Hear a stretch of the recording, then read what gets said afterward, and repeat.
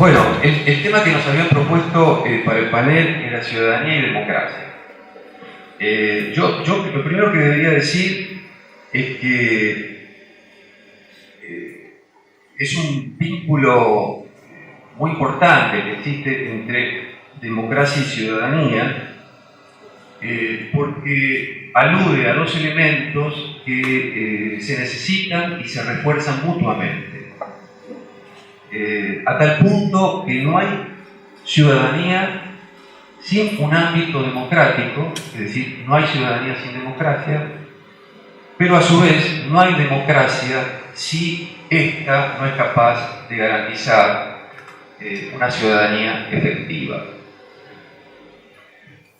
Ahora, una vez aclarada la importancia que estos elementos tienen y cómo ambos se necesitan y se refuerzan mutuamente, yo creo que es necesario convocar a un elemento, a un tercer elemento, sin el cual esa relación no se podría concretar efectivamente. Ese tercer elemento es el Estado. Por lo tanto, mi oferta para el panel era sumar este otro elemento. Para mí, la idea se completa si hablamos de ciudadanía, de democracia y Estado. ¿Por qué es importante el Estado? Porque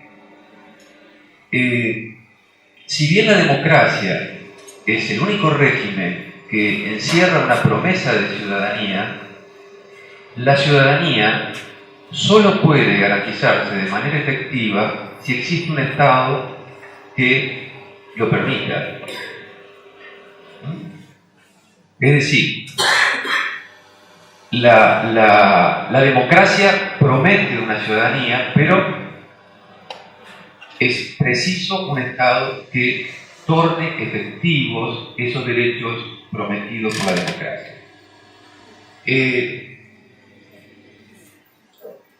La cuestión, por lo tanto, lo primero que podemos ir adelantando, luego de sumar al Estado como un elemento indispensable para entender este vínculo entre ciudadanía y democracia, es que la democracia no es gratis, no es gratuita.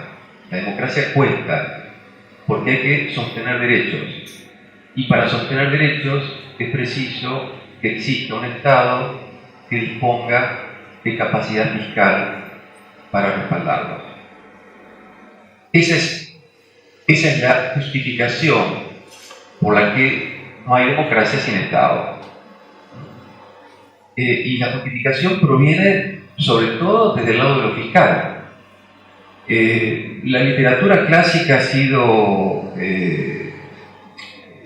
muy acertada explicando la dimensión fiscal del Estado moderno. Hay un texto clásico de Joseph Schumpeter sobre la fiscalidad del Estado moderno, y él habla después de la Primera Guerra Mundial. Hay otro texto clásico de Norbert Elias, El proceso de la civilización, que tiene un apartado titulado Sociogénesis del Estado, donde habla de la relevancia que tiene la dimensión fiscal en la construcción de los mecanismos monopólicos del Estado moderno. Tanto Schumpeter como Norbert Elias, por lo tanto, lo que hacen es resaltar la importancia de lo fiscal en el Estado. Sin impuestos no hay Estado. Pero la literatura reciente nos está diciendo que tampoco hay democracia sin impuestos. La democracia requiere de un Estado que recaude, que tenga capacidad fiscal para garantizar derechos. Los derechos tienen un costo, tienen una materialidad, y eso justamente es lo que debe resolver el Estado, extrayendo recursos a algunos grupos y redistribuyéndolo en beneficio de otros. Eso no es siempre fácil. Por lo general, eso implica algo más que cobrar impuestos a algunos para transferírselos a otros. Eso implica una redistribución de poder.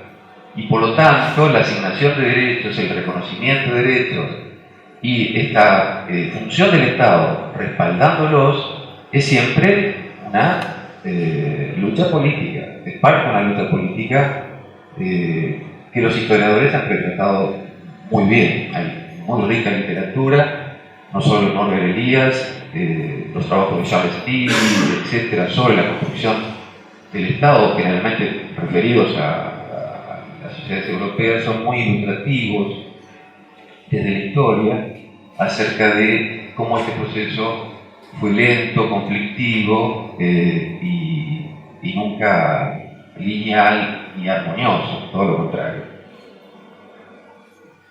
Bueno, uno podría decir, citando nuevamente a Charles Tilly, que la democracia finalmente puede entenderse como una modalidad singular de relación entre Estado y ciudadanía. La democracia es eso, es un modo de entender la relación entre Estado y ciudadanos. Y de cómo varíe esa relación entre Estados y ciudadanos, podremos evaluar si esa democracia experimenta avances en términos de democratización o bien experimenta retrocesos que Tilly llama desdemocratización. Para Tilly es una pareja inseparable. Democratización está unida a su contracara, que es desdemocratización. Así como el Estado puede contribuir a una mayor democratización, expandiendo derechos, garantizándolos, etc., también puede haber desdemocratización si esos derechos son de pronto arrasados por un golpe autoritario o por recortes, etc. De manera que la democracia, sus avances y retrocesos deben ser leídos, dice Tilly, tomando en cuenta este vínculo indisoluble entre Estado y ciudadano.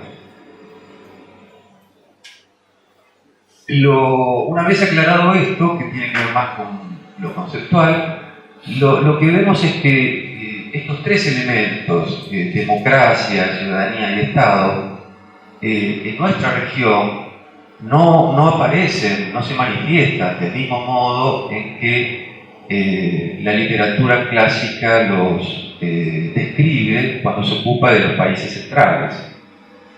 Esa es una dificultad, por supuesto, pero la dificultad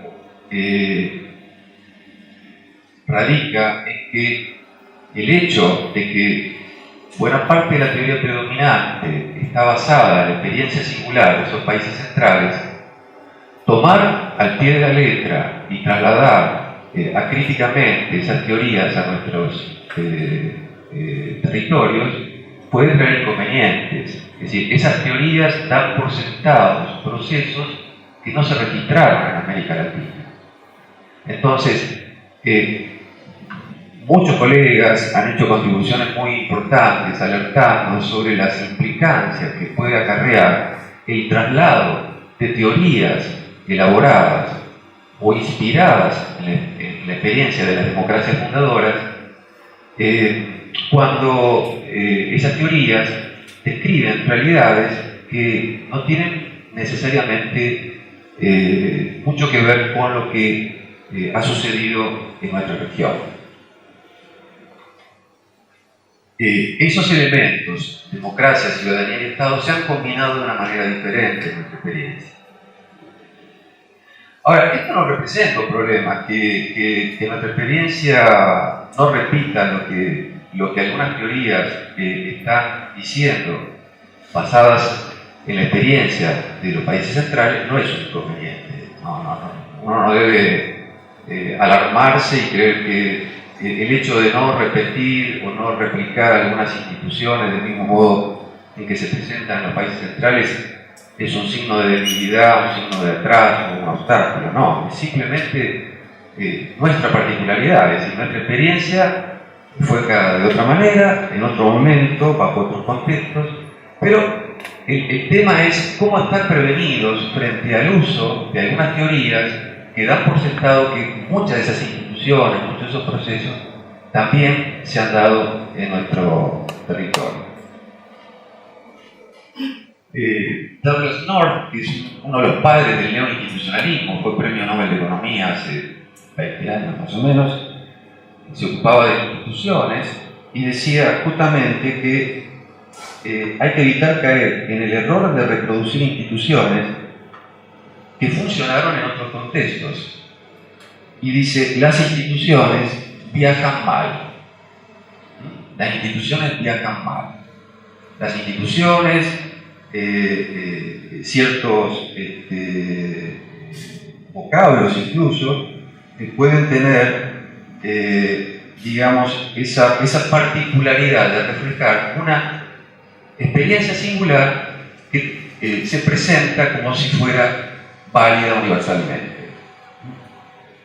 Ahora, el hecho de que no nos confiemos en esas teorías que recogen experiencias históricas singulares no nos debe impedir, justamente, no debe coartar la curiosidad por saber cómo se dio ese proceso en nuestra región. Es lo que justamente la historia y alguna rama de la ciencia política está intentando hacer, sobre todo cuando explora cómo fueron construyéndose derechos ciudadanos en América Latina en el siglo XIX, qué pasó con el derecho al voto, con los derechos civiles, etc. Ahí hay un punto de encuentro muy rico entre la historia y la ciencia política, y de hecho hay mucha literatura que ilustra muy bien cómo algunos politólogos se hacen más historiadores cuando están guiados por esta curiosidad, y cómo la historia también toma cosas de la ciencia política cuando trata de mirar el pasado. Uno toma política en la calle de Isla Sábato y es muy difícil de etiquetar, clasificar, o botana, en fin, hay ejemplos de gente que nutre tanto los estantes de los historiadores como de los politólogos. Bueno, aclarado esto, lo importante es, por lo tanto, como por horario, señalar que en nuestros países, Estado, ciudadanía y democracia no han seguido una ruta y un ritmo común, y por consiguiente es esperable que caminos y secuencias diferentes también produzcan resultados diferentes. No existe una historia unitaria del Estado moderno, ni una única vía para llegar a la democracia, y tampoco hay secuencias uniformes para la construcción de la ciudadanía. En cada uno de esos temas, la literatura sobre América Latina trata de resaltar cuáles han sido las particularidades en los derroteros y en las formas que fue asumiendo la construcción tanto del Estado como la democracia y como la ciudadanía.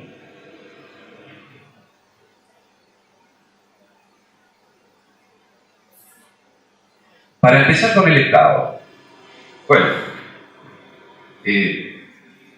hay un autor que también es inclasificable, se llama Michael Mann, que ha publicado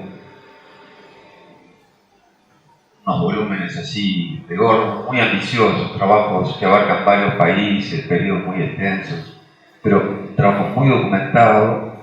Se llama Las fuentes del poder social. En español hay editado 2 volúmenes, pero ya han aparecido otros 2 más en inglés que llegan hasta el presente. Así, cubre prácticamente desde la antigüedad hasta el presente todo el desarrollo del Estado o de lo que se parecía a un Estado en el pasado. Mann dice, en los países capitalistas del centro, la creación de estados infraestructuralmente poderosos fue un proceso largo y complejo, pero esa es una historia irrepetible. La mayoría de los estados no alcanzan este ideal, y en Latinoamérica, como en otras regiones del mundo, los estados se han desarrollado según su propio ritmo y con otros resultados. ¿Cuál es el problema?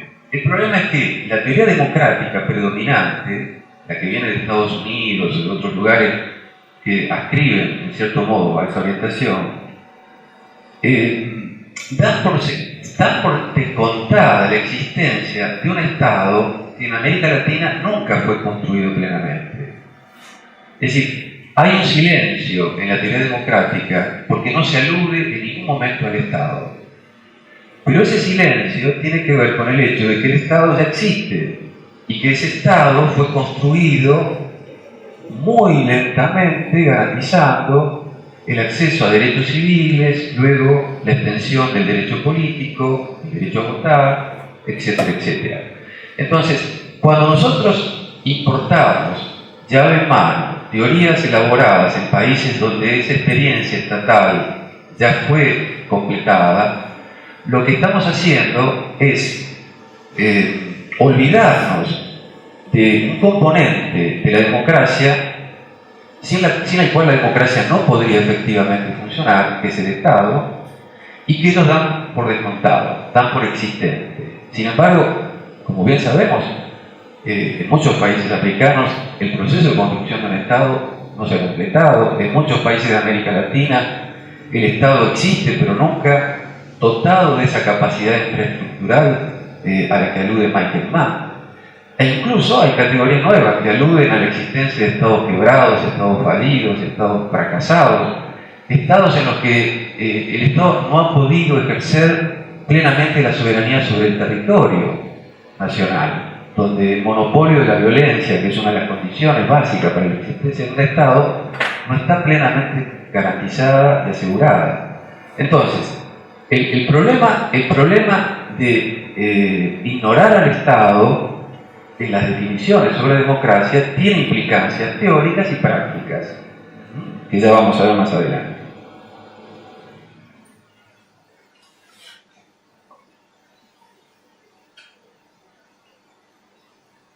Bueno, primero veamos muy brevemente cómo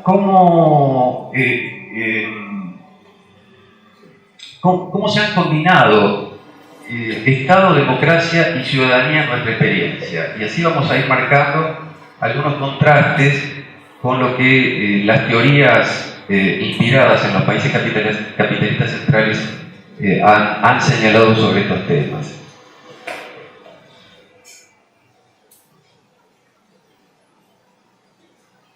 Bueno, lo primero que hay que aclarar es que en América Latina la instauración de una apuesta democrática incluyente no estuvo precedida por la existencia de un aparato estatal dotado de suficiente capacidad para garantizar derechos ciudadanos. Es decir, hay una ampliación de la arena política, del juego político, cuando comienza a extenderse el derecho al voto, el derecho a ser elegido, pero sin que exista previamente un Estado que garantice ciertas condiciones básicas. Una segunda característica que aparece como peculiar de América Latina es que la construcción de la ciudadanía en general parece más marcada por un modelo que desciende desde el Estado. Es decir, los derechos parecen emanar desde el Estado, es decir, un proceso de construcción desde arriba y no desde abajo. Más que ciudadanos organizados que se enfrentan a los poderes del Estado para arrancar el derecho, lo que hubo más bien es una emanación de derechos desde un Estado hacia la ciudadanía.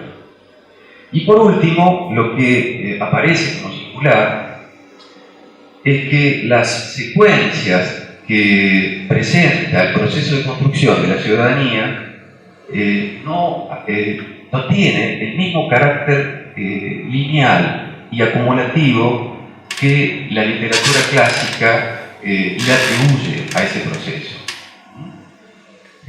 Lo que hay que aclarar es que la literatura clásica está basada justamente en la experiencia de países europeos. Uno de los textos más relevantes sobre ciudadanía es de un sociólogo, Marshall, en los años 40, que construye, digamos, o reconstruye la experiencia inglesa y va estableciendo secuencias que justamente responden a esa experiencia singular. Pero esa secuencia que Marshall identifica, valiéndose del caso inglés, no se repite no solo en América Latina, sino incluso en muchos países europeos. No se repite en Alemania, no se repite en otros lugares y mucho menos aún en América Latina. Vamos a ver un poquitito más detalladamente cada uno de estos tres rasgos que caracterizan el proceso de América Latina. Decíamos, en América Latina la democracia no está precedida por la existencia de un Estado dotado de capacidades infraestructurales fuertes. ¿Cómo fue el proceso en Europa? Bueno, en las democracias fundadoras, la particularidad es que el proceso de ampliación de la arena política, la expansión de derechos políticos, sucede cuando ya existía un rico y denso sustrato de ciudadanía civil. Había derechos civiles garantizados, había tribunales, acceso a la justicia, etc. Había, por lo tanto, un entramado social y jurídico muy denso y muy rico que existía antes de que comenzara a extenderse el derecho a votar y a ser elegido. Es decir, la ciudadanía política es conquistada cuando ya había estados capaces de garantizar de manera efectiva la igualdad ante la ley.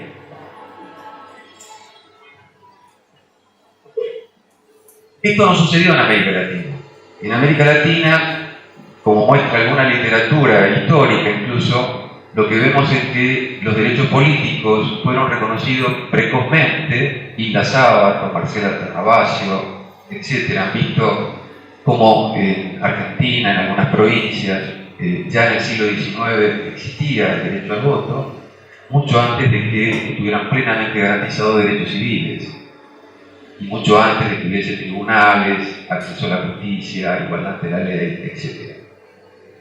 Garavaglia también está estudiando en el siglo XIX en la provincia de Buenos Aires cómo fueron constituyéndose los primeros tribunales, cómo eso implicó también una disputa con la iglesia, temas de los que antes se ocupaban los curas en los pueblos pasaron a ser competencia de los jueces. Entonces, ese proceso de construcción fue lento, pero es cierto que la experiencia de América Latina y de nuestro país, también de Argentina, dentro de ese grupo, muestra que hay una presencia de derechos políticos sin estar plenamente garantizados los derechos civiles. La segunda característica muestra que en nuestro caso la ciudadanía no asumió la forma de una disputa frente al Estado, sino por el contrario, la ciudadanía ha sido construida en buena medida por el Estado y desde el Estado. En los países latinoamericanos prevaleció un modelo de construcción de ciudadanía de arriba hacia abajo antes que un proceso ascendente originado en ciudadanos organizados que, como en Europa, le arrebatan a los estados absolutistas los derechos civiles y políticos. Esto es lo que sostiene un historiador brasileño, José Murilo de Carvalho, estudiando sobre todo el caso brasileño. Y lo que él ve, refiriéndose al caso brasileño, es que más que hablar de ciudadanía, corresponde hablar de estadanía. Estadanía es la antítesis de ciudadanía. Y la estadanía no solo está señalando la importancia que tiene el Estado en la vida política y la experiencia histórica de Brasil, sino también, en este caso puntual, en la propia construcción de la ciudadanía. Esto también afecta el tipo de democracia que se tiene, dice Murillo de Carvalho. Una ciudadanía construida desde el Estado es una ciudadanía que genera una democracia que tiende a sobrevalorar el poder ejecutivo y de alguna manera contribuye a gestar una cultura política más orientada a la negociación directa con el Estado, descuidando, desatendiendo otras instancias de mediación que permiten, en cierto modo, ejercer la representación frente al Estado.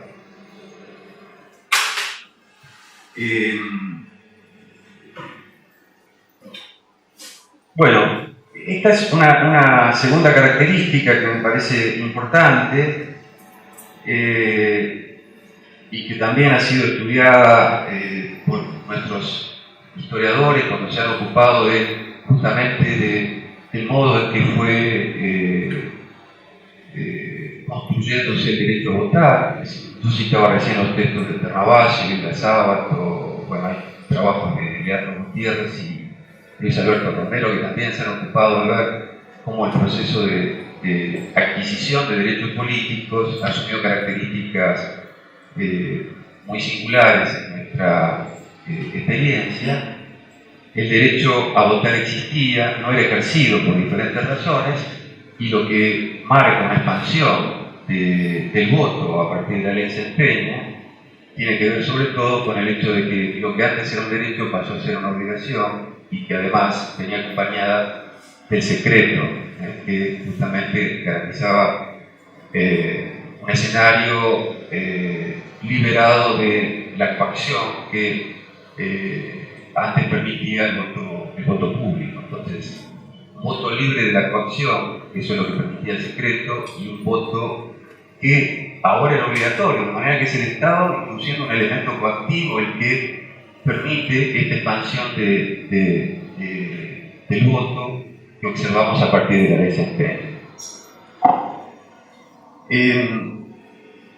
Bueno, y por último lo que decíamos es que la secuencia descrita por Marshall, basándose en la experiencia inglesa, no se repite fuera de Inglaterra y menos aún en América Latina.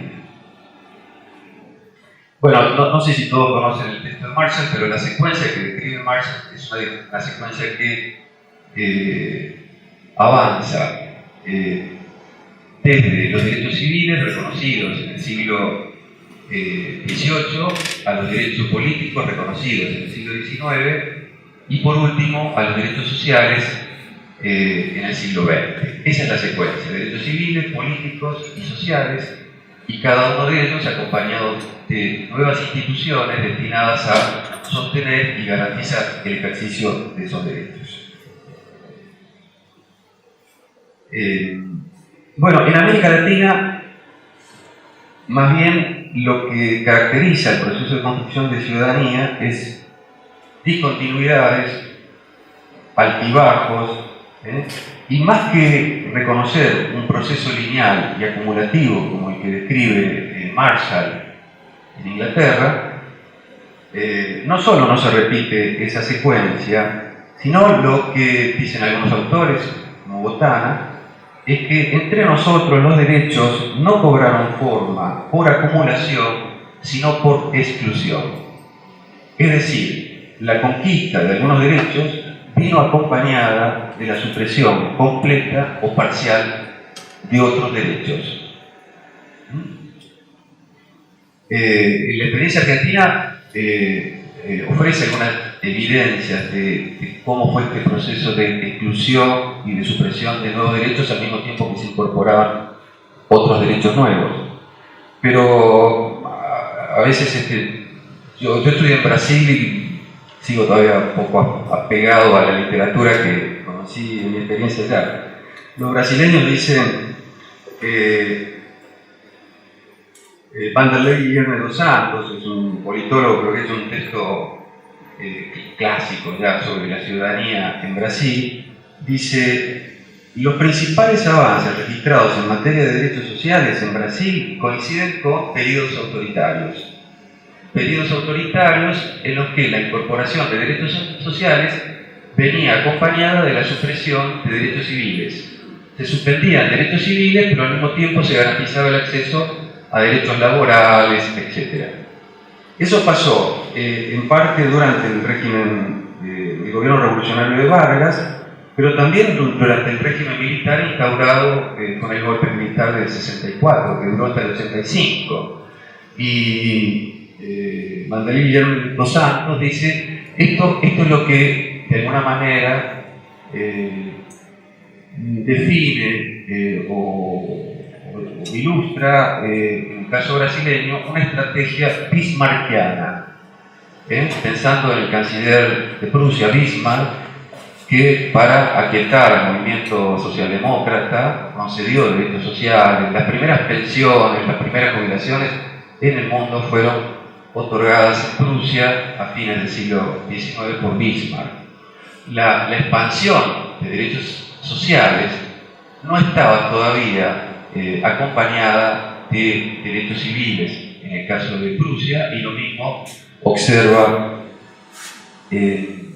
este autor brasileño describiendo la historia de su país. En el caso argentino también sucede algo más o menos parecido, es decir, la expansión de derechos sociales en los procesos nacionales populares vinieron acompañados de transgresiones o abandono en materia de derechos civiles, y el colmo de todo esto se da en los periodos autoritarios, donde los gobiernos militares arrasan las conquistas ciudadanas de los periodos democráticos. Los gobiernos democráticos restablecen muchos de esos derechos que habían sido suspendidos durante los regímenes autoritarios, y eso es más o menos lo que pasó desde la llegada de la democracia del 83. Sin embargo, la paradoja que describen muchos autores hablando de la situación democrática que se inaugura en el 83 es que la recuperación de derechos políticos que habían sido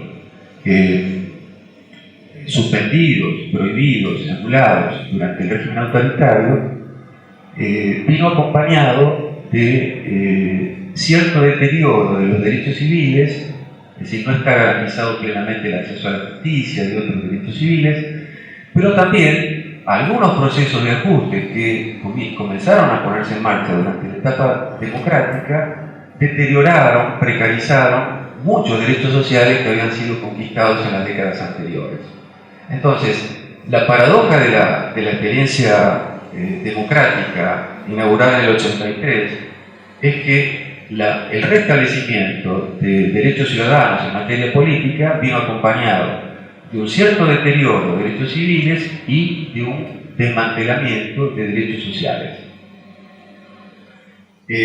La fórmula, de alguna manera sugerida por Botana, cuando dice entre nosotros los derechos no cobraron forma por acumulación, sino por exclusión, está justamente describiendo este tipo de disparidades o discontinuidades. Entonces, buena parte de los claroscuros que presenta la democracia en Argentina o en América Latina tiene que ver con esta imposibilidad de garantizar un relativo equilibrio entre los derechos garantizados por esa democracia.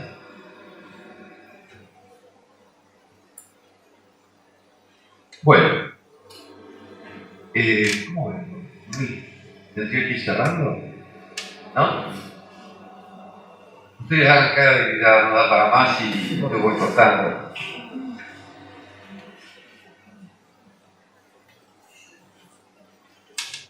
Bueno, yo les hablé antes de la importancia que tiene el Estado para una democracia. Aceptado que el Estado es importante porque garantiza derechos, etc., y por lo tanto eso es lo que hace posible que una democracia sea plena, lo que queda por observar es qué capacidades tiene ese Estado para cumplir esa tarea. ¿Tiene recursos? ¿Tiene capacidades? Bueno, nuestra historia es una historia complicada en ese sentido, por lo que decíamos antes, porque no hemos llegado a la democracia contando con un Estado dotado de capacidades infraestructurales como las que describe Michael Mann cuando se ocupa de los países centrales. Pero no tiene sentido seguir lamentándonos por eso no está. El problema es que arrancamos con un faltante importante de capacidades, pero el problema es que durante las últimas décadas a ese faltante que tiene que ver con nuestra historia de largo plazo se le suma que muchos procesos de ajuste o reforma estructural desmantelaron y desmontaron muchas de las capacidades, las pocas, que teníamos disponibles. Entonces, hay una combinación entre el largo plazo y el corto plazo que fue ruinosa para todos.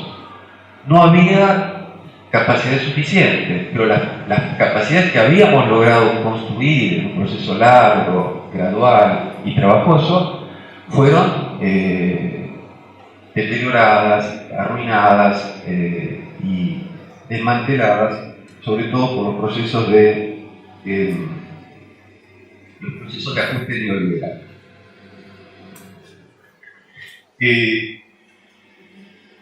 La literatura de los años 90 estaba sobre todo dominada por la dicotomía entre Estado y mercado.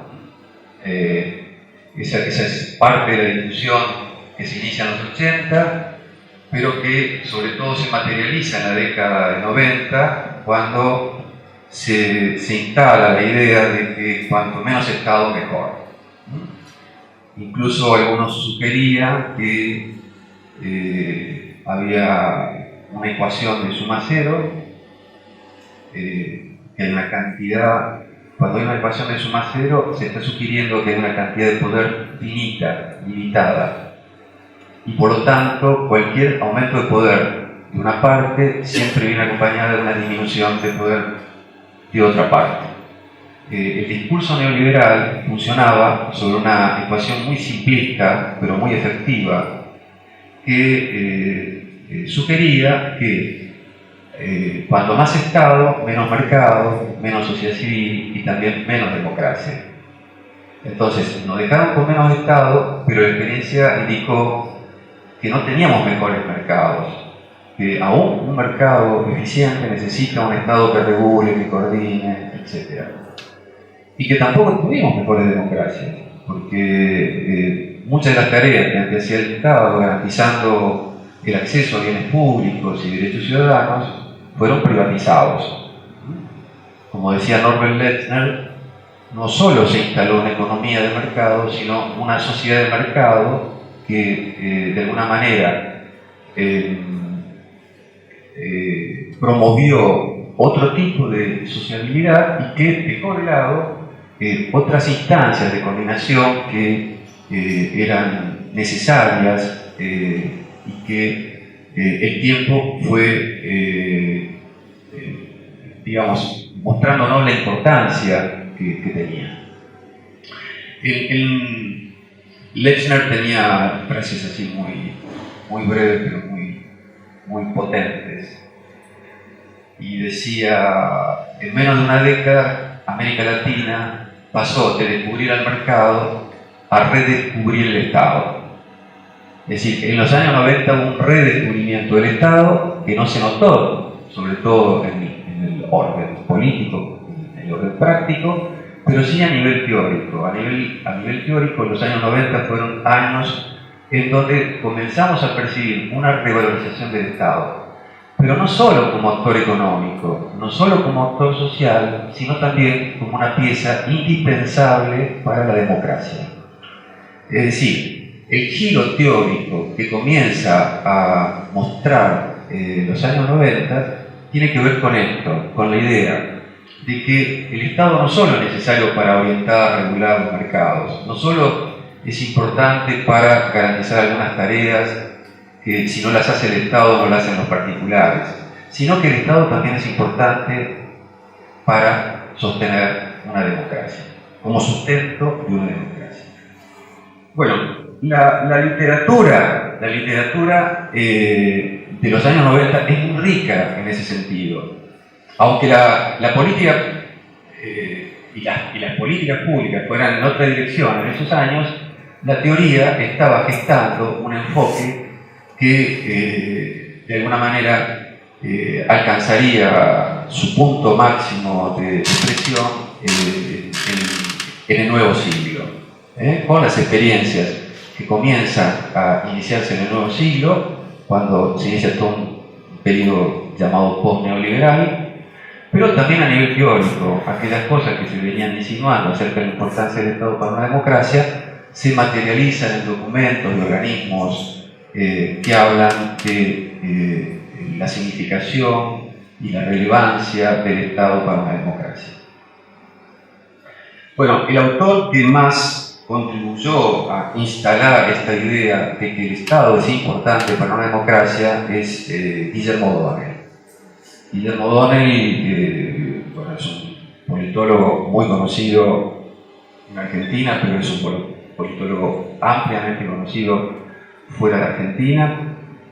Además de haber sido presidente de la Asociación Internacional de Ciencia Política, buena parte de su actividad académica la realizó fuera de Argentina. Él vivió en Estados Unidos hasta el 2007-2008, aunque los temas que eran materia de preocupación para él siempre tenían que ver con América Latina y Argentina especialmente.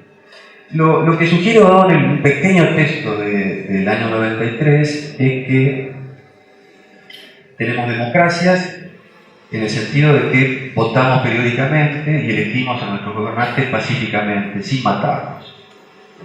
Eso no es poco, en países que tienen una historia truculenta y traumática, donde la violencia atravesó todo nuestro pasado. Pero el problema es que la democracia no se reduce únicamente a elegir a nuestros gobernantes periódicamente. Lo que observa O'Donnell es que en esas democracias que eligen libremente a sus gobernantes, los estados son muy débiles y no garantizan una penetración territorial homogénea para que el Estado de Derecho llegue a todos los puntos de ese territorio. Hay mucho Estado de Derecho en el centro de Buenos Aires, pero hay cada vez menos Estado de Derecho a medida que uno se va alejando. Y él utiliza como recurso ilustrativo colores que permiten diferenciar a la zona del territorio según la llegada y presencia del Estado. Lo que él observa es que, por lo tanto, hay un déficit de estatidad, es decir, hay un Estado deficitario que no llega a todos los lugares y que no garantiza tampoco a todos los grupos sociales esa igualdad ante la ley. El Estado es desparejo, es discontinuo, no solo espacialmente, no solo territorialmente, sino que llega de diferentes formas según grupos sociales, étnicos, géneros, etc. Hay más Estado de Derecho para algunos grupos que para otros, hay más para los hombres que para las mujeres, etc. Para algunos grupos étnicos que para otros. Ese es el tipo de ejercicio que él hace y va coloreando. El color marrón es el que marca la ausencia de Estado en un lugar del mapa territorial. Entonces, cuando O'Donnell introduce al Estado para reflexionar sobre la democracia, está sugiriendo que el problema de nuestras democracias es que los derechos políticos efectivamente son ejercidos, y eso es una conquista importante, pero es insuficiente. Es insuficiente porque junto con ese ejercicio de los derechos políticos hay un déficit de ciudadanía. Hay un déficit de ciudadanía. Y hay, según lo que él denomina, hay ciudadanías de baja intensidad. Ahí donde el Estado no llega, la ciudadanía no está plenamente asegurada, no está plenamente garantizada. Por lo tanto, lo que está sugiriendo es que la democraticidad no es solo una cualidad que debe ser atribuida al régimen político democrático, sino que también debemos explorarla en otros ámbitos como el Estado. No hay un Estado que resulte compatible con ese régimen político democrático que nos permite elegir libre y periódicamente a nuestros gobernantes. Ese texto y otros textos en los que O'Donnell también tuvo que ver, publicados a través de la INSA, la Asociación Internacional de Ciencia Política, fueron introduciendo en la agenda de investigación el tema del Estado como un tema indispensable para completar nuestra idea sobre la democracia. Lo que decía O'Donnell es que eso requería nuevas teorías, porque él advierte que el olvido por el Estado en la teoría democrática implicaba un doble reduccionismo conceptual. Hay un reduccionismo conceptual en la teoría democrática que identifica a la democracia solo con el régimen político, hacer elecciones, votar periódicamente, etc. Eso es el régimen político, pero no dice nada acerca de la importancia que el Estado tiene para garantizar derechos ciudadanos. Entonces, hay una omisión, un silencio, un vacío, una laguna que él denuncia en cierto modo, y él cree que la definición de democracia debería ampliarse incorporando al Estado como parte de esa democracia. No es posible concebir, por lo tanto, la democracia sin un Estado. Y el silencio que la teoría democrática predominante mantiene sobre este tema tiene que ver con el hecho de que esas teorías fueron elaboradas en lugares donde el Estado ya existía. Pero también hay un reduccionismo en las definiciones sobre Estado que son influyentes en los años 90. Ustedes piensen que en los años 90 prevalecía el enfoque neoliberal que decía que al Estado había que reducirlo a la misma expresión y que el Estado era ineficiente para administrar empresas, servicios, etc. Y por otro lado, aparece también en los años 90, y como un intento por revisar algunas fallas del discurso neoliberal, aparece el neoinstitucionalismo. El neoinstitucionalismo lo que dice es que no, el Estado es importante. ¿Por qué? Porque es necesario que incluso un buen mercado necesite de seguridad jurídica, de aparatos administrativos eficientes, de ciertas capacidades estatales. Aún un proyecto centrado en el mercado como el neoliberal necesita de un Estado que garantice ciertas reglas, ciertas capacidades administrativas. Pero en ambos casos, en el discurso neoliberal, que reducía el Estado a un conjunto de empresas y servicios, o en el discurso del neoinstitucionalismo, en el que el Estado quedaba reducido a un conjunto de aparatos burocráticos y administrativos, no se habla de los derechos ciudadanos. Hay otra parte del Estado que no es ni mencionada por el neoliberalismo ni por el neoinstitucionalismo. Y esa pata es una pata jurídica que tiene que ver con la importancia, con la relevancia que tiene el Estado para garantizar derechos ciudadanos. Si comenzamos hablando de la importancia que tiene el Estado garantizando derechos para esa democracia, y ninguna teoría está hablando de eso, lo que vemos es que hay tanto una ausencia de Estado en las definiciones sobre democracia, como una ausencia de la dimensión jurídica en aquellas definiciones sobre Estado que son predominantes en los años 90.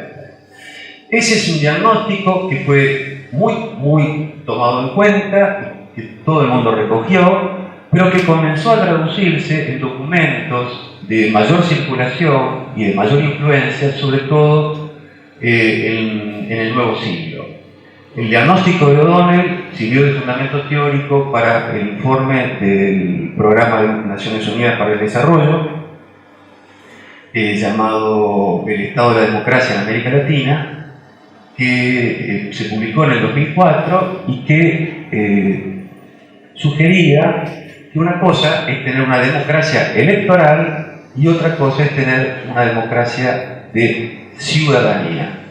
Nosotros conquistamos una democracia electoral, una democracia que garantiza lo que en la ciencia política se llama una poliarquía, es decir, un conjunto de instituciones básicas que tienen un umbral mínimo para que exista una democracia.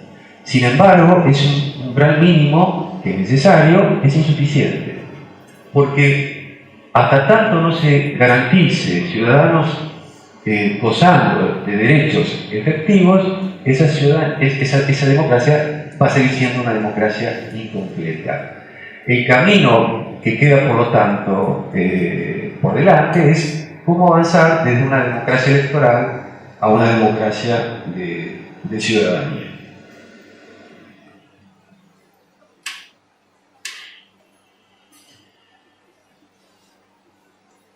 Bueno, y lo que es importante a partir de este nuevo diagnóstico que aparece en los 90 con los textos de O'Donnell y en los documentos que el Programa de Naciones Unidas para el Desarrollo elabora primero en el 2004 y luego en el 2007, lo que hemos aprendido y lo que la teoría trata de valorizar ahora es que la construcción de la democracia incluye, entre otras cosas, construir un Estado para la democracia.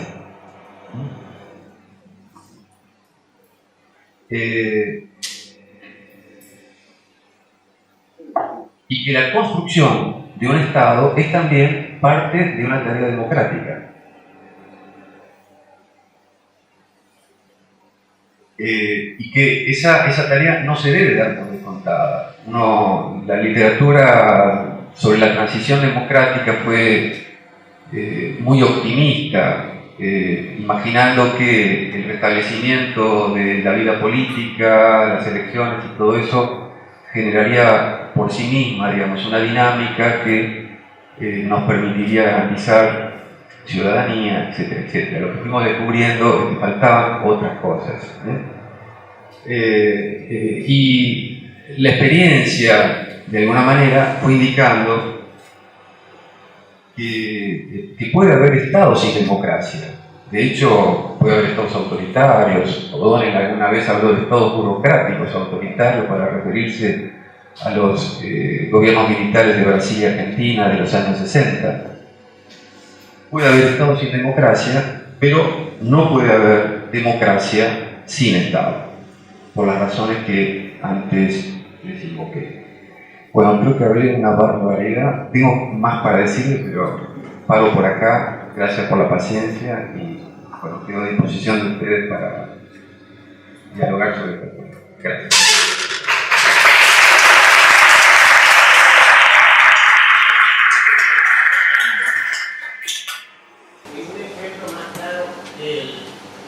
La democracia restringida, digamos, solamente a las elecciones periódicas, y en este caso encima elecciones condicionadas por diversos aspectos, es decir, una ciudadanía bastante lejos de estar completa.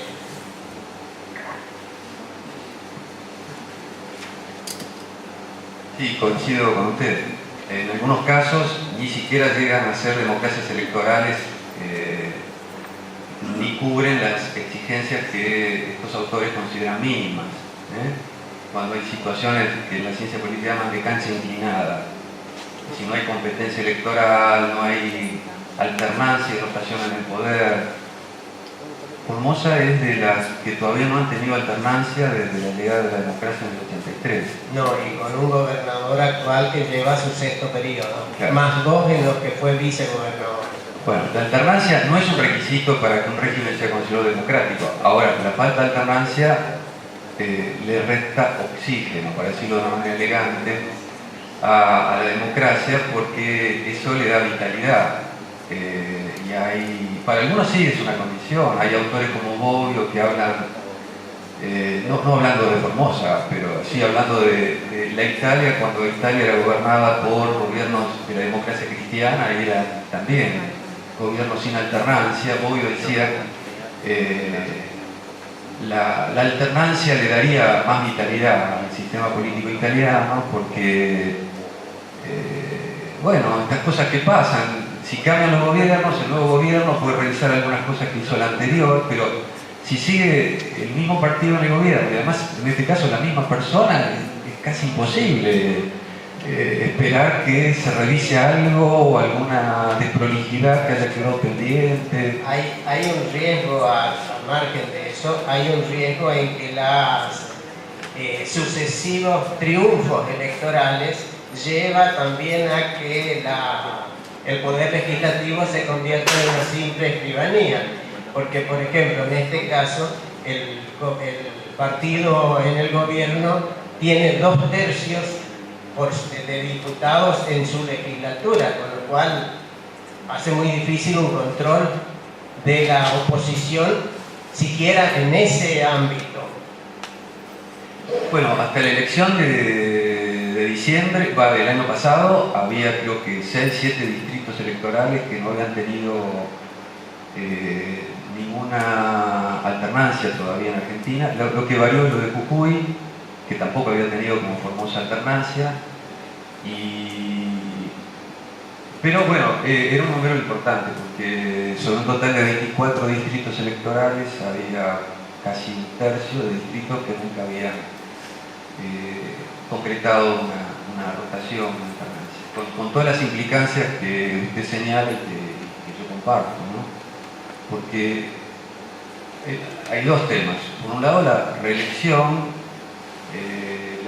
siempre, y sobre todo la permanencia de los oficialismos, porque la permanencia de los oficialismos es lo que explica que quien está gobernando saca ventaja de recursos públicos para hacer campaña. Bueno, por eso los teóricos hablan de cancha inclinada, ¿no? No es un juego parejo.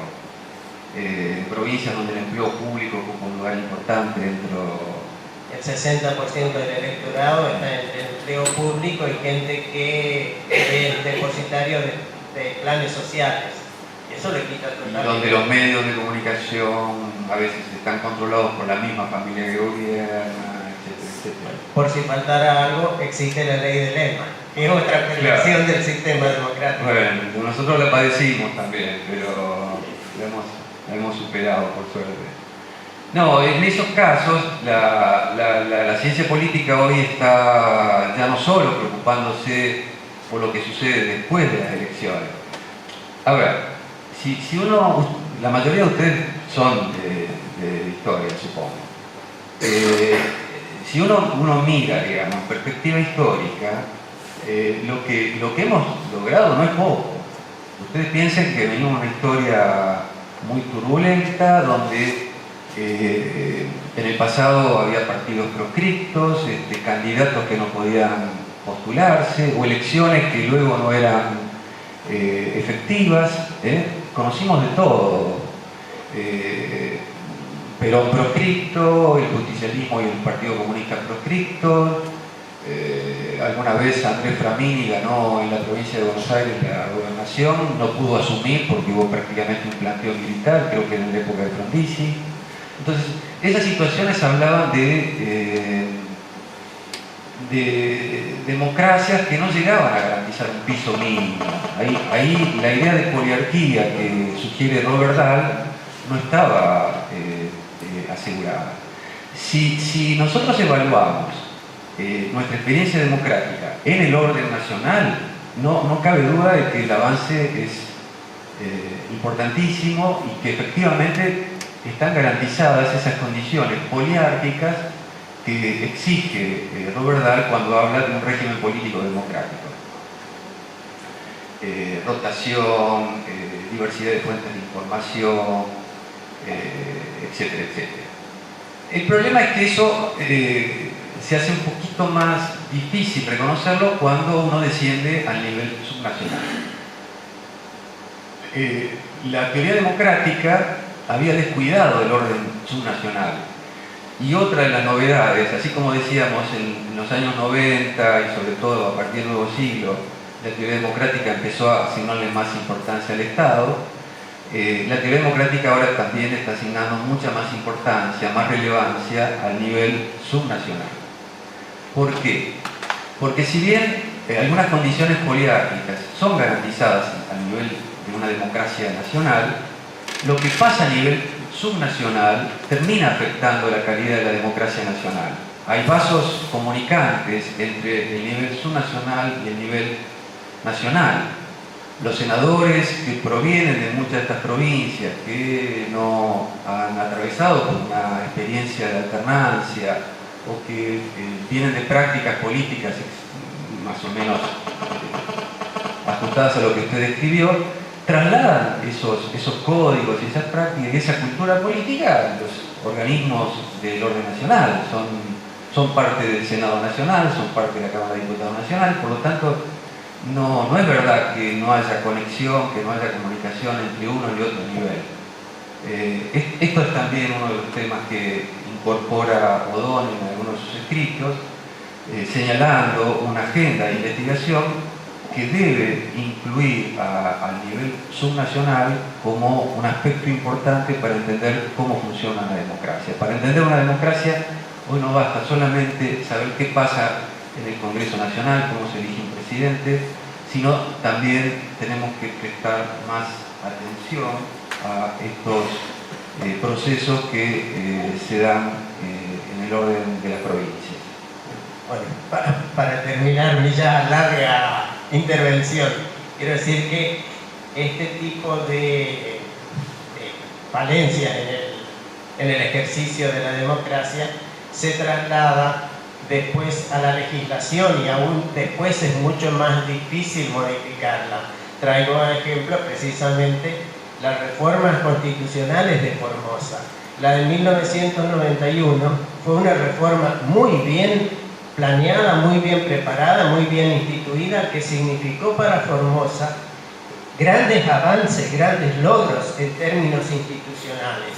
Era una constitución que se adelantó incluso a la de 1994, a la reforma nacional, en la concreción de institutos, en la concreción de instituciones que protegieran y garantizaran esos derechos.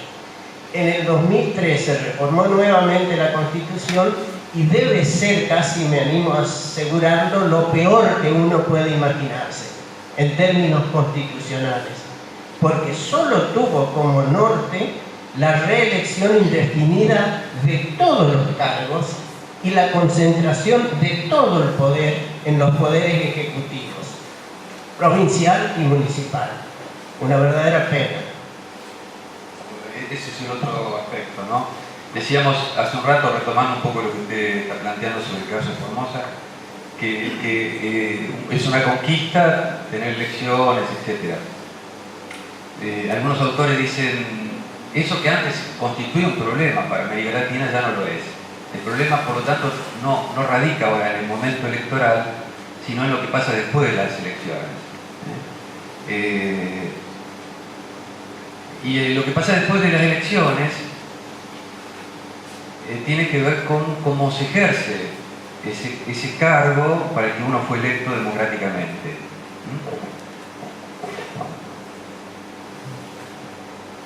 El último libro de Pierre Rosanvallon, que es un nombre interesante también para los historiadores, pero para los politólogos, que presentó en Buenos Aires el año pasado. Yo estuve en un seminario en el que, bueno, estaba Hilda Sábato también, Natalia Spalti, donde Rosanvallon habló de su último libro que se llama El buen gobierno. Él planteó la importancia que tiene el ejercicio democrático. Por lo tanto, él no está hablando de América Latina y de algunas situaciones provinciales como la que usted describe, está hablando en términos generales. Dice que hay una presidencialización de las democracias, que hay una centralidad del Ejecutivo y que eso está impidiendo un ejercicio democrático pleno. Por lo tanto, deberíamos avanzar hacia una democracia de ejercicio. Por lo tanto, el problema es no solo garantizar condiciones transparentes en el momento electoral, competitividad, etc., sino prestar atención también a lo que pasa después de las elecciones. Decía Norbert Lechner, tenemos democracia, decían los 90, tenemos democracia, pero uno tiene la sensación de que no se gobierna democráticamente. Una cosa es tener democracia y otra es gobernar democráticamente. Entonces, ¿cómo se gobierna? ¿Cómo se ejercen esos poderes?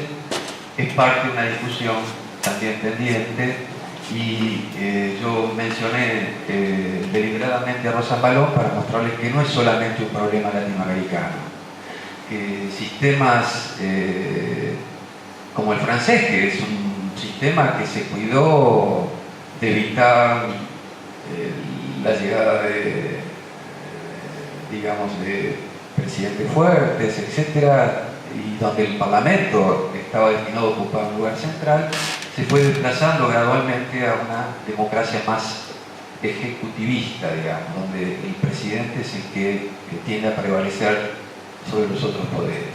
Y hay muchísima literatura sobre este tema proveniente de Europa, que indica que no es solamente un problema nuestro, ¿no? Hay un autor italiano llamado Sergio Fabrini, que ya habla del ascenso del príncipe democrático, la importancia que tienen los ejecutivos y cómo eso está desplazando a los poderes legislativos, etcétera, etcétera. Cuando uno lee esas cosas, siente que están hablando de nuestra propia experiencia, pero sin embargo están describiendo situaciones muy alejadas de la nuestra. En realidad, además, me sumo solamente con un comentario. Soy de Misiones, a lo que decía el colega, no solamente las reformas, digamos, de las constituciones, sino también de los sistemas electorales. Nosotros tenemos en Misiones, en estos años de democracia, 37 reformas electorales para ir adecuándola, digamos, a las necesidades del momento. Así que quiero hacer una fuga hacia adelante, si se quiere, y pedirle una reflexión respecto de las reconceptualizaciones o no que hay del propio Estado en un tiempo donde en realidad aún no se ha construido ese poder infraestructural para sustentar las democracias, pero al mismo tiempo observamos que a nivel global las economías transnacionales han ocupado el lugar de la política y deciden sobre la política. Para trasladarnos a otros lugares, veamos lo que pasó en Grecia o en España recientemente. La pregunta es, ¿cuál es su reflexión como politólogo respecto de el papel o las categorías clásicas de Estado en esta nueva instancia, digamos, donde los Estados también dejan de ser lo que fueron, digamos, algunos que todavía no terminamos de construirlos? Bueno, muchas gracias, muy interesante. Yo estaba pensando, mientras usted hablaba de tantas reformas del sistema electoral, digo, debe haber algún vivo ahí que debe tener una consultoría y por algún pretexto siempre ve la necesidad de modificar ese régimen electoral. Ahí hay un problema serio, efectivamente, porque las reglas del juego están definidas a veces de acuerdo a la relación de fuerza de cada momento. Los sistemas electorales, bien sabemos, no son neutros, son hechos por aquellos que tienen la capacidad de imponer en la agenda la necesidad de una reforma, y eso les otorga cierta ventaja para definir cuáles serán las nuevas reglas de juego. Hay también discordancias, problemas, no solo, bueno, sé que están trabajando en eso, conozco a gente que está participando, politólogos que están participando de algunas iniciativas del nuevo gobierno para ver cómo introducir un poco de homogeneidad en los calendarios electorales, etc.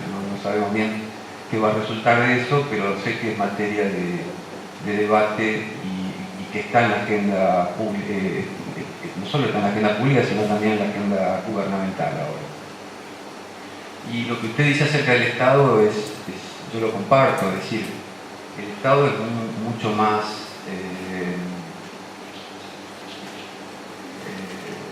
sobre todo a partir de la globalización, es un Estado más impotente.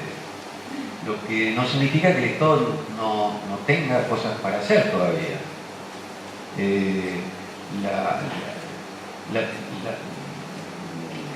Cuando Alfonsín llega al gobierno, llega con un diagnóstico que ignoraba la globalización. Nos enteramos de la globalización un poco después.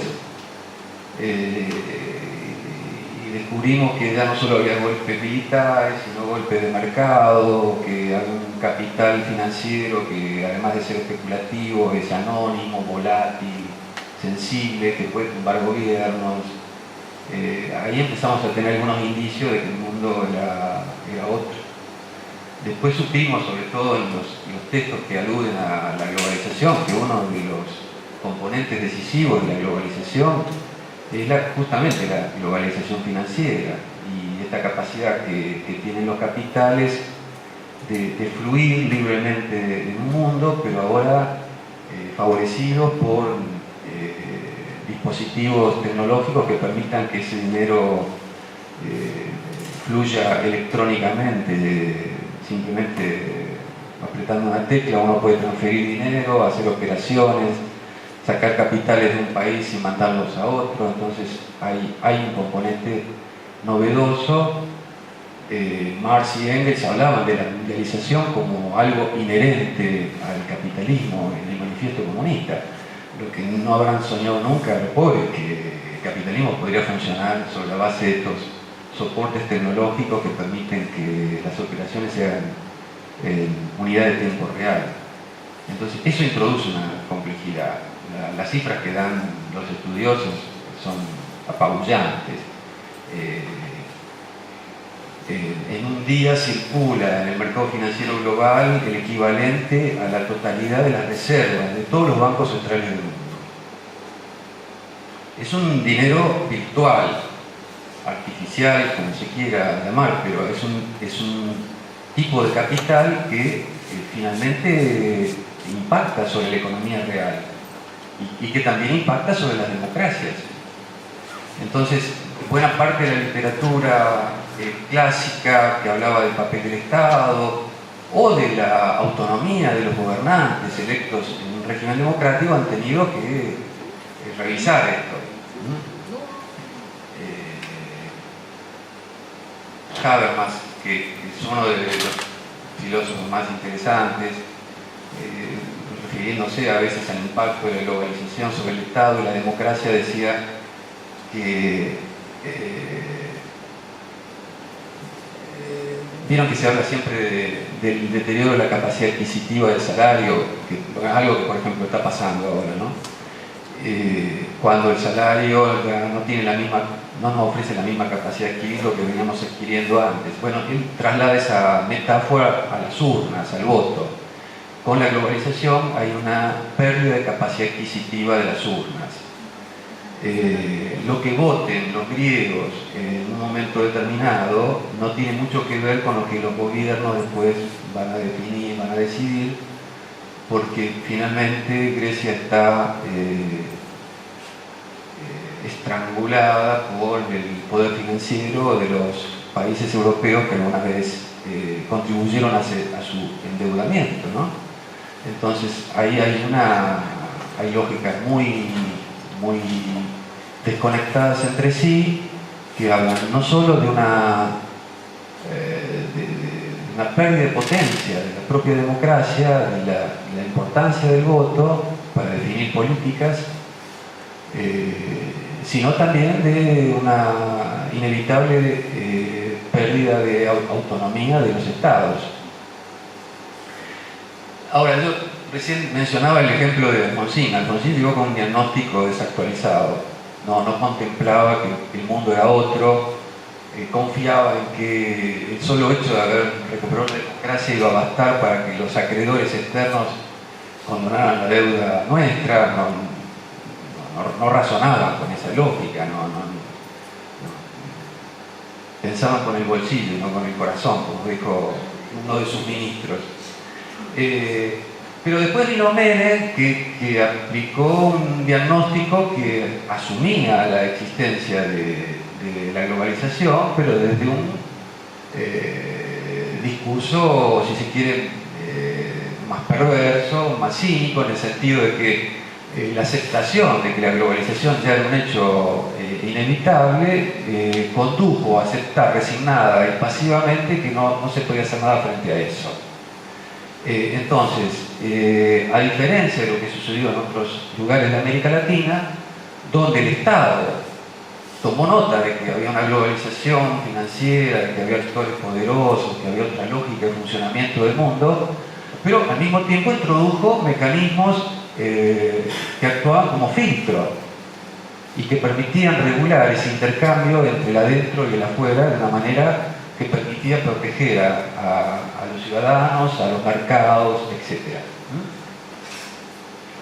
El caso de Argentina bajo el periodo de Menem es un típico caso de lo que los autores llaman una globalización pasiva.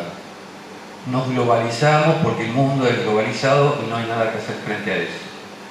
Pero hay otros que aceptaron, como Brasil o Chile, que la globalización existía, pero aún así el Estado todavía mantenía herramientas, instrumentos que permitían filtrar esa influencia del contexto global.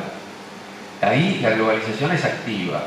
La globalización es activa en la medida en que nadie puede conocer la existencia de ese fenómeno, pero al mismo tiempo el desafío es ver cómo eso se puede procesar de manera tal que afecte lo menos posible el plano doméstico. Entonces, depende de qué diagnósticos uno tenga. Que el Estado es un Estado más impotente, más débil, eso lo acepta toda la literatura. Ahora, todo depende si frente a esa realidad uno acepta pasivamente que no va a hacer nada o imagina que con los recursos todavía disponibles se puede hacer algo para que el Estado actúe como un filtro. Esa es la imagen que utilizan algunos. Un filtro implica regular el ingreso de capitales especulativos de corto plazo, regular, en fin, muchas cosas, pero implica actuar, intervenir y no simplemente aceptarlo resignadamente.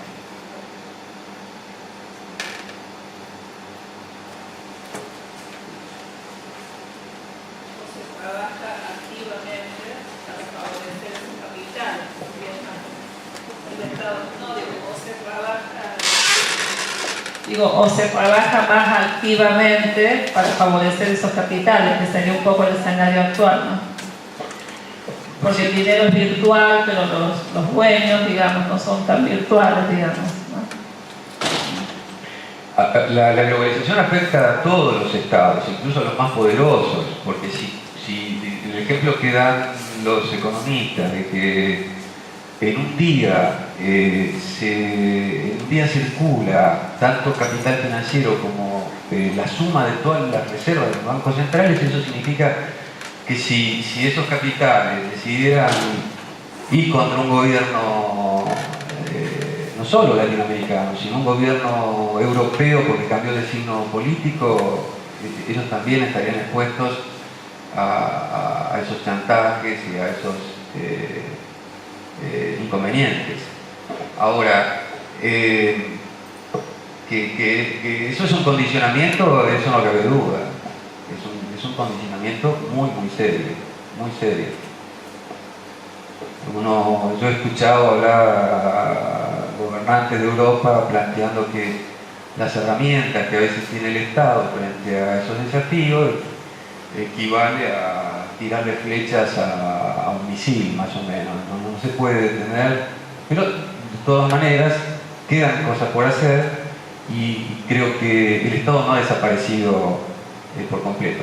Y hay otra dimensión de este Estado en el contexto globalizado que tiene que ver con qué pasa con la ciudadanía.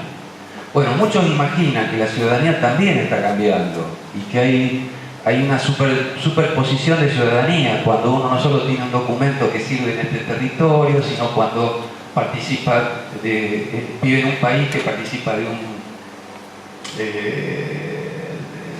la Unión Europea o del Mercosur. Uno sabe que hay una superposición de ciudadanías. En los procesos de integración se está generando una situación intermedia, donde uno no solo tiene un documento nacional, sino que tiene cosas que son reconocidas también por un grupo de países en el que participa nuestro país.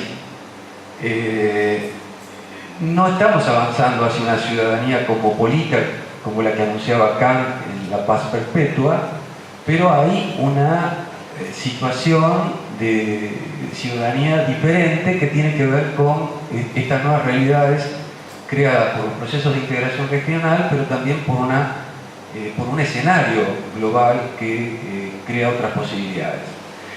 Lo que sucede es que esas otras formas de ciudadanía que pueden ir surgiendo complementan la ciudadanía territorial garantizada por el Estado. Por ahora, la única que puede ser plenamente garantizada es la ciudadanía territorial. Hay una expresión de O'Donnell que me parece interesante sobre este tema. Dice: no hay ciudadanía sin Estado, ni democracia sin ciudadanía, ni Estado y ciudadanía sin un territorio y una población claramente delimitados. Por ahora, la única forma de ciudadanía que puede garantizarse efectivamente es la ciudadanía territorial, que es la de la primera modernidad, la que conocemos, pero son muchos los autores que hablan de múltiples ciudadanías que complementan a la territorial sin negarla y sin anularla. Esa es otra dimensión importante del debate actual sobre la ciudadanía y tiene que ver con este escenario de la globalización que ustedes estaban justamente comentando.